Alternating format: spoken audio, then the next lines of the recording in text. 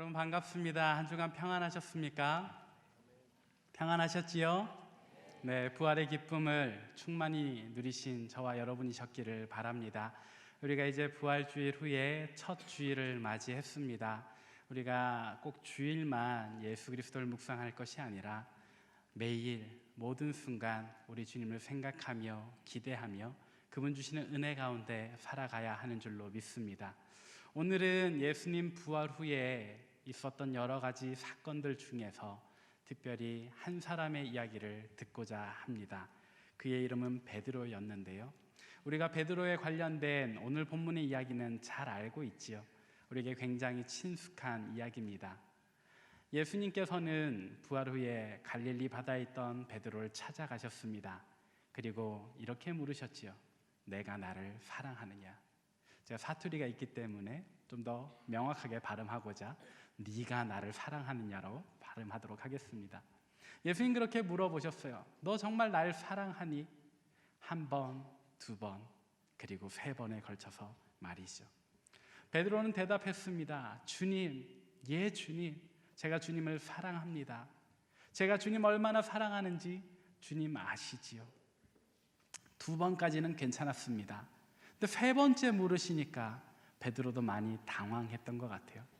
근데 꼭 이런 무거운 질문이 아니라고 해도 우리가 일상 속에서 대화할 때 한 세 번 정도 같은 질문을 하면 우리도 좀 당황스럽지 않을까요?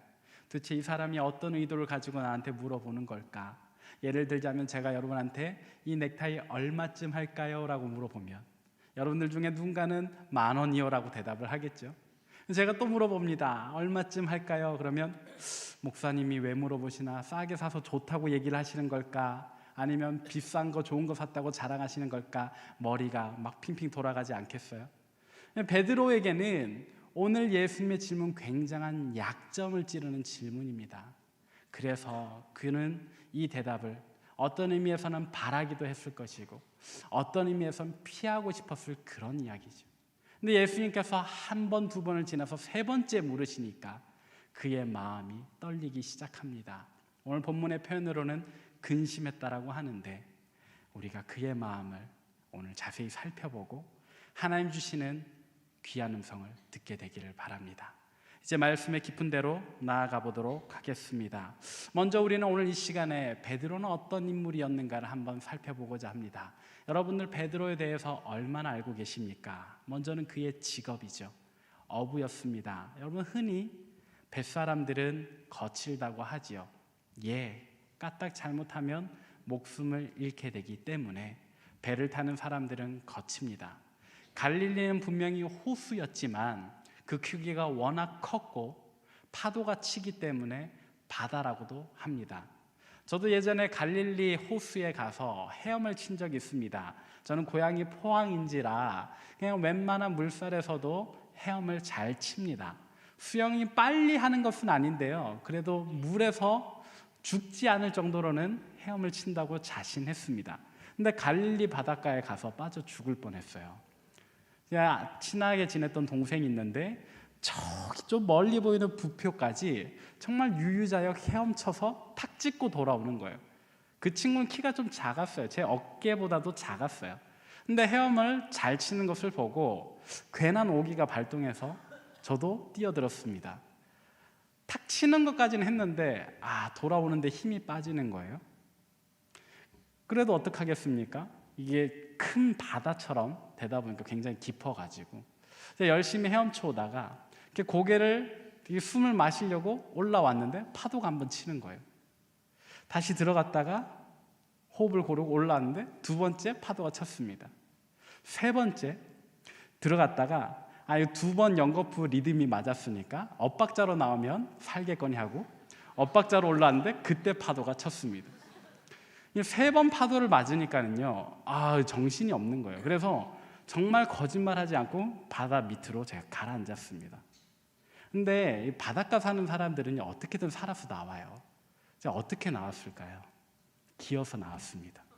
안 보이니까 어떻게든 땅을 짚고 경사가 높은 곳을 기어서 나왔는데 한참 걸어서 나와서 저는 이제 해안가에 누워서 숨을 헐떡이다가 저쪽을 봤더니 제가 이렇게 가놓고 이렇게 나온 거죠. 물속에서 방향을 모르니까. 저희 친구들, 일행들, 교수님들까지 난리가 난 거예요. 중혁이가 물에 들어가더니 안 나온다고. 그래서 난리가 난 거예요. 저는 저 옆에서 숨을 고르고 있는데. 중요한 것은 제가 살아나왔다는 게 아니고, 갑자기 포인트가 이상해졌는데 갈릴리 호수도 굉장히 거친 바다, 파도가 있다는 거예요. 그래서 베드로, 특별히 뱃사람, 어부였던 베드로도 성격이 굉장히 센 사람이었습니다. 그래서인지 그는 쉽게 욱했어요. 그리고 굉장히 담대함이 있었죠. 열정도 있었습니다. 그래서 그는 예수님을 위해서 모든 것을 포기할 각오를 했던 사람이죠. 근데 그 각오가 무색하지 않게 그는 품에 칼을 가지고 다니기도 했던 사람이고, 또 대제사장의 하인들이 왔을 때 그 칼을 뽑아서 휘두르기까지 했던 그런 인물입니다. 그러니까 베드로는 굉장히 성정이 우악스럽지만 한편으로는 충성심이 굉장히 강했던 그런 사람이었죠. 그는 긍정적인 모습으로도 또는 부정적인 모습으로도 다른 제자들에 비할 바가 못 되었습니다. 그러다 보니까 우리는 베드로를 예수님의 수제자라고도 부르고, 성경도 예수님의 제자들을 언급할 때 늘 베드로의 이름을 제일 앞에 두지요. 그가 얼마나 예수님을 사랑했는가 하는 것은 요한복음 13장에 잘 나옵니다. 요한복음 13장에는 이런 사건이 있습니다. 예수님께서 마지막 만찬을 나누시고 갑자기 자리에서 일어나셔서 물을 떠오십니다. 그리고 수건을 허리에 동이셔요. 그리고 나서 제자들의 발을 씻겨줍니다. 굉장히 당황스러운 일이죠. 원래 누군가의 발을 씻겨주는 행위는 종이 주인에게나 귀한 손님에게 하는 행위인데, 예수님께서, 스승이 제자들의 발을 씻긴다라는 것은 예수님 자신의 명예에도 먹칠이 되는 일이고, 제자들의 입장에서도 감히 허락하지 못할 그런 상황인데 예수님께서 그렇게 하셨어요. 다른 제자들은 어라라 하는 순간에 예수님의 손에 자기 발을 내어 맡겼죠. 근데 베드로는 그 우악스러운 성정과 그 충성심에 예수님을 막아섭니다. 주님, 제발 못 씻기십니다. 왜 이러십니까? 그만두십시오라고 이야기를 했죠. 그때 예수님께서 의미심장한 말을 한마디 하십니다. 내가 오늘 너의 발을 씻겨주지 않으면 너는 나와 상관없는 사람이다. 그러니까 내가 너의 발을 꼭 씻겨줘야 되겠다. 그때 베드로의 마음이, 그 우악스럽고 충성심 있는 마음이 명언을 하나 남깁니다. 주님, 정말 저를 씻겨주셔야겠거든. 제 발뿐만 아니라 손과 머리도 씻겨주십시오. 사실상 온몸을 씻겨달라는 것과 마찬가지 의미입니다. 예수님을 욕보이려고 하는 말이 아니라, 주님, 예수님과 상관 있으려면 발을 씻겨주셔야 된다고요? 저는 정말로 예수님 당신과 상관 있기를 소망합니다. 정말 밀착되기를 소망합니다. 제가 예수님 정말로 사랑하니까 제 온몸도 씻겨주십시오라고 이야기를 하는 겁니다. 그만큼 베드로는 예수님을 사랑했던 사람이고, 또 그만큼 베드로는 예수님의 사랑을 갈망했던 사람입니다. 그래서인지 베드로는 예수님께 이렇게 이야기를 합니다. 주님 어디를 가시든지 제가 주님을 따라가겠습니다. 주님 어디를 가시든지 내 목숨까지도 내어드리고 따라가겠습니다. 그때 예수님께서 베드로의 그 호언장담을 거부하세요. 아니, 네가 지금은 날 따라올 수 있다라고 자신하지만 네가 닭 울기 전에 3번이나 나를 부인하게 될 거야. 우리 이 말씀을 찾아보도록 하겠습니다. 요한복음 13장 36절부터 38절 말씀입니다. 화면에 나오는데 우리 함께 읽도록 하겠습니다. 요한복음 13장 36절부터 38절 시작. 예수께서 대답하시되 내가 나를 위하여 내 목숨을 버리겠느냐? 내가 진실로 진실로 내게 이르노니 닭 울기 전에 내가 3번 나를 부인하리라. 시몬 베드로가 이르되, 예수께서 대답하시되 내가 가는 곳에 내가 지금은 따라올 수 없으나 후에는 따라오리라. 베드로가 이르되 주여, 내가 지금은 어찌하여 따라갈 수 없나이까? 주를 위하여 내 목숨을 버리겠나이다. 아멘. 네, 말씀 페이지를 잘 확인해 주세요. 방송실. 네, 거꾸로 되어 있습니다. 제가 다시 읽어드릴게요. 시몬 베드로가 이르되 주여 어디로 가시나이까? 예수께서 대답하시되 내가 가는 곳에 내가 지금은 따라올 수 없으나 후에는 따라오리라. 베드로가 이르되 주여 내가 지금은 어찌하여 따라갈 수 없나이까? 주를 위하여 내 목숨을 버리겠나이다. 예수께서 대답하시되 내가 나를 위하여 내 목숨을 버리겠느냐? 내가 진실로 진실로 내게 이르노니 닭 울기 전에 내가 3번 나를 부인하리라. 이 이야기를 나눌 때 베드로는 정말 답답했을 겁니다. 주님, 제가 주님 정말 사랑하는데요. 그래서 주님 어디를 가시든지 따라갈 수 있다니까요. 보십시오, 제 품에 칼도 한 자루 있습니다. 누구든지 예수님 잡아가려고 하면 제가 이 칼로 물리칠 겁니다. 주님 어디를 가시든지 제가 주님을 사랑하기에 따라가겠습니다 했는데 예수님은 아니라니까. 너 못 온다니까. 너 못 올 뿐만 아니라 나를 모른다고 부인한다니까 라고 이야기를 했습니다. 그렇게 답답한 마음을 가지고 있던 베드로, 그러나 불과 며칠 뒤에 그 일은 현실이 되고 말았지요. 대제사장의 뜰에서 몇 사람들이 물어봅니다. 이야기를 합니다. 너도 예수의 제자가 아니더냐? 너도 갈릴리 나사렛에서 온 그 사람 무리가 아니냐? 네가 예수님을 믿는다던 그의 곁에 늘 서 있던 그 사람 베드로가 아니냐? 아니요, 나는 예수를 모르오라고 이야기했던 그날 베드로는 이 세상에서 가장 끔찍한 밤을 보내게 됩니다. 다시는 기억하고 싶지 않을 상처 마음속에 새겨지고 영혼의 뿌리 박게 되었지요. 시간을 돌릴 수 있다면 베드로는 아마 수천 번을 돌려서 그 밤을 다시 맞이하기를 원했을 겁니다. 내게 다시 한 번 더 그날이 주어진다면 이번에는 예수를 부인하지 않을 텐데, 나도 예수님과 함께 고난의 현장으로 나아갈 텐데 그날 왜 그랬지? 나는 그때 왜 예수를 부인했지? 하며 괴로워했을 것입니다. 그리고 오늘 본문에서 베드로는 갈릴리 바다에 있습니다.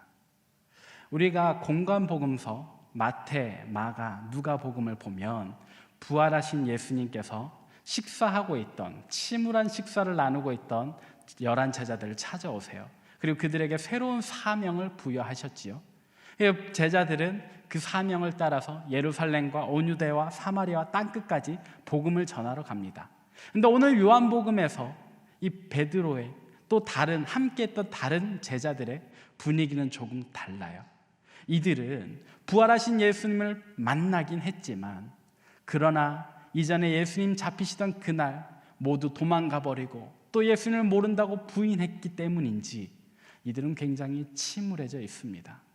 그리고 밤새 고기 잡는 일로 자신들의 시간을 쓰고 있지요.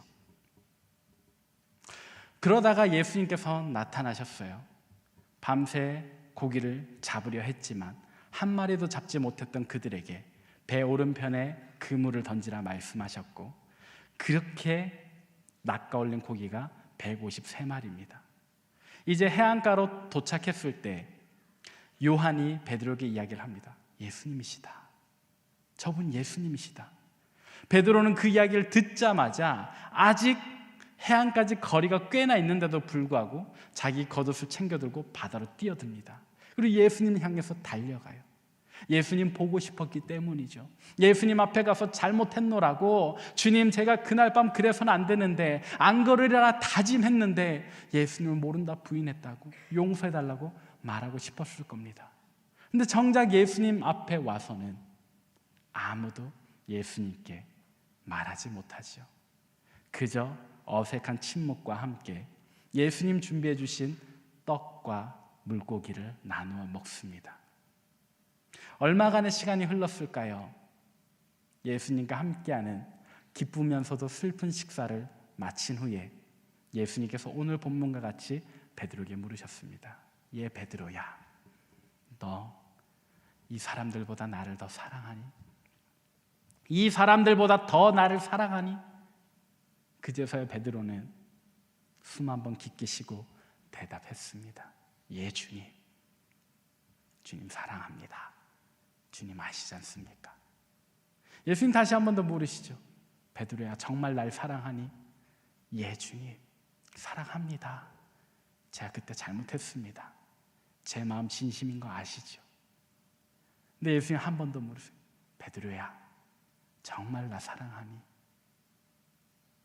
아마도 오늘 본문에서 근심하여라고 표현된 이 단어에서 베드로는 울지 않았을까 합니다. 울면서, 예 주님, 제가 정말 시간을 돌릴 수 있다면 그날 그러지 않을 텐데요. 그러나 주님 다시 살아나 주셔서 감사합니다. 이제 제가 주님께 사랑한다라고 고백할 수 있으니 얼마나 행복한지 모르겠습니다. 주님, 제가 주님 사랑합니다 라고 이야기를 하죠. 도대체 예수님께서 왜 3번이나 베드로에게 같은 질문을 던지셨을까요? 아마도 그것은 베드로 마음속에 있는 그 상처를 회복시켜 주시기 위함이 아니었을까 합니다. 베드로가 예수님 몇 번 부인했습니까? 3번 부인했습니다. 예수님 몇 번 고백하게 하셨습니까? 3번 고백하게 하셨습니다. 물론 상처와 치유가 이렇게 단순히 숫자적으로 맞아 떨어진다고 해서 완치되는 그런 개념은 아니겠지만, 그러나 적어도 오늘 예수님께서는 베드로에게 최소한의 평안을 갖게 하시는 거죠. 네가 날 3번 모른다 했지만 오늘 나에게 3번 사랑한다 고백했으니까 나 됐다. 더 이상 너한테 묻지 않는다. 그러니까 너도 과거의 상처에 더 이상 매여 있지 말고 이 갈릴리를 떠나서 복음을 가지고 내가 부활했다라는 이 기쁜 소식을 땅끝에 전해라. 새로운 소망을 베드로에게 주시는 거죠. 사랑하는 여러분, 우리에게도 이와 같은 치유가 있기를 소망합니다.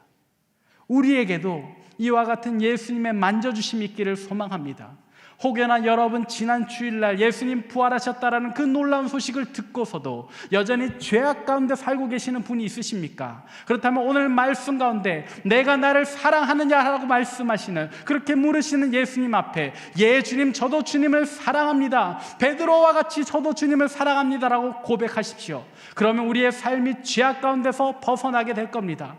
혹은 여러분 과거에 있었던 어떤 상처 때문에 괴로워하고 평안을 누리지 못하는 분이 있으십니까? 그렇다면 내가 나를 사랑하느냐라고 물으시는 주님 앞에 예 주님, 제가 주님을 사랑합니다, 나를 구원해 주십시오, 과거의 상처와 아픔으로부터 나를 건져내 주십시오. 그러면 제가 복음을 가지고 이 땅 가운데 평안과 화평을 가지고 살아갈 수 있을 것 같습니다. 주님, 제가 주님을 사랑합니다, 제 고백을 받아주십시오라고 이야기를 하시길 바랍니다.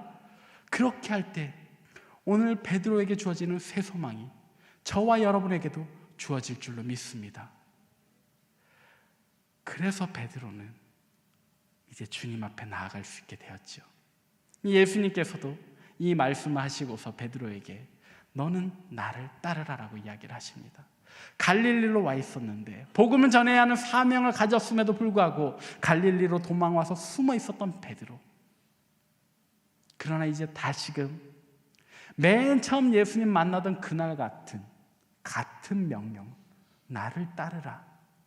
그 뒤에 오늘 본문엔 나와 있지 않지만 베드로는 그날을 기억했을 거예요. 마치 시간이 돌려진 것처럼 예수님을 부인하던 그날이 아니라 예수님과 함께 이 동네 저 동네로 다니며 또 산 위에서 5,000명을 먹이던 그날보다 더 시간을 앞당겨서 맨 처음 주님 만나던 그날, 나를 따르라, 내가 너를 사람 낚는 어부가 되게 하리라 하던 그날로 돌이켜진 거죠. 베드로는 이날 얼마나 기뻤겠습니까? 우리에게도 그와 같은 기쁨이 찾아오리라 믿습니다. 물리적인 시간은 돌아가지 않지만 주님을 만나던, 맨 처음 인격적으로 만나던 그날의 기쁨이 오늘 말씀을 믿음으로 받아들이는 저와 여러분에게 돌아올 줄로 믿습니다. 근데 베드로는 저와 여러분과 같은 성정을 가진 사람이라 어떤 의미에서는 한심스럽기도 하고 또 어떤 의미에서는 우리에게 안도감을 주는 그런 행동을 또 합니다. 그것은 무엇이냐?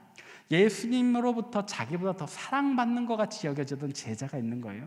그의 이름은 요한인데, 우리가 베드로를 수제자라고 하지 요한을 수제자라고 하진 않지 않습니까? 성경도 베드로를 제일 먼저 이야기를 합니다. 근데 베드로 그 자신은 계속해서 요한에게 질투심이 있는 거예요. 예수님께서 요한을 더 사랑하는 것 같은 거예요.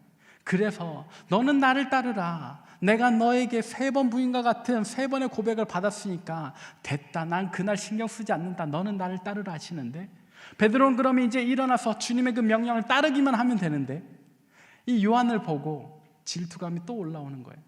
과거의 감정이 또 올라오는 거죠. 그래서 예수님께 물어봅니다. 주님, 저 사람은 어떻게 됩니까? 예수님께서 물론 웃으면서 이야기하셨겠지만 저라면 굉장히 답답해하면서 이야기를 했을 것 같아요. 야, 이놈아, 다른 사람 신경 쓸 거 뭐 있니? 너와 나의 1대1의 관계다. 네가 나를 사랑한다고 했고 내가 너보고 따르라 그랬지? 그럼 넌 이제 일어나서 날 따르면 돼. 다른 사람 신경 쓰지 마. 과거 일에 더 이상 연연해하지 마. 너는 이제 새로운 피조물이잖니. 우리도 그와 같기를 바랍니다. 우리도 오늘 본문의 베드로와 같이 어리석은 모습이 아니라, 때로는 답답하게 보일 만한 그런 모습이 아니라, 다른 사람 신경 쓰지 않고 과거의 내 모습이 더 이상 신경 쓰지 말고 오늘 우리를 새롭게 회복하시는, 소생케 하시는, 그래서 우리를 따르라, 우리 보고 따르라 말씀하시는 우리 주님을 따라가시길 바랍니다. 여기에 다른 사람 신경 쓰실 거 없어요. 주님의 일을 감당하는데, 주님의 명령을 수행하는 데 있어서 내가 이 사람과 함께 해야 한다고, 이 사람 나랑 안 맞는데, 나 이 사람 좀 미워하는데, 그런 감정 버리십시오. 주님 따르는 일에만 최선을 다하시길 바랍니다. 나 과거에 이런 상처가 있는데, 나 여기서 이런 아픔이 있는데, 그런 과거의 기억도 버리십시오. 주님께서는 우리를 처음 부르시던 그날과 같이 시간을 돌려서 우리를 맞이해 주시는데, 왜 우리의 감정은 여전히 옛것에 매여 있는 것입니까? 훌훌 털고 일어나시길 바랍니다. 그리고 주님께서 우리에게 주시는 그 새로운 명령, 우리를 회복시키시고 우리에게 새 힘을 주시는, 그래서 감당케 하시는 그 명령을 수행하는 저와 여러분 되시길 바랍니다. 그러므로 우리는 지금부터 우리 육신의 회복뿐만 아니라 우리 영혼의 회복까지 기도해야 합니다. 오늘, 이번 주간, 이후로 우리 주님 다시 오시는 그날까지 우리가 정말 주님께서 나를 따르라 하셨던 그 명을 잘 수행할 수 있도록 주님, 내 과거의 상처, 아픔, 부끄러운 기억 회복시켜 주시옵소서. 기도하시는 저와 여러분 되시길 바랍니다. 이후에 살면서 우리가 또 후회할 만한 행동 어떻게 안 할 수 있겠습니까? 우리의 사람이기에 늘 실수하겠지요. 그러나 그때 좌절하고 주님으로부터 도망치고 피하려 하지 마십시오.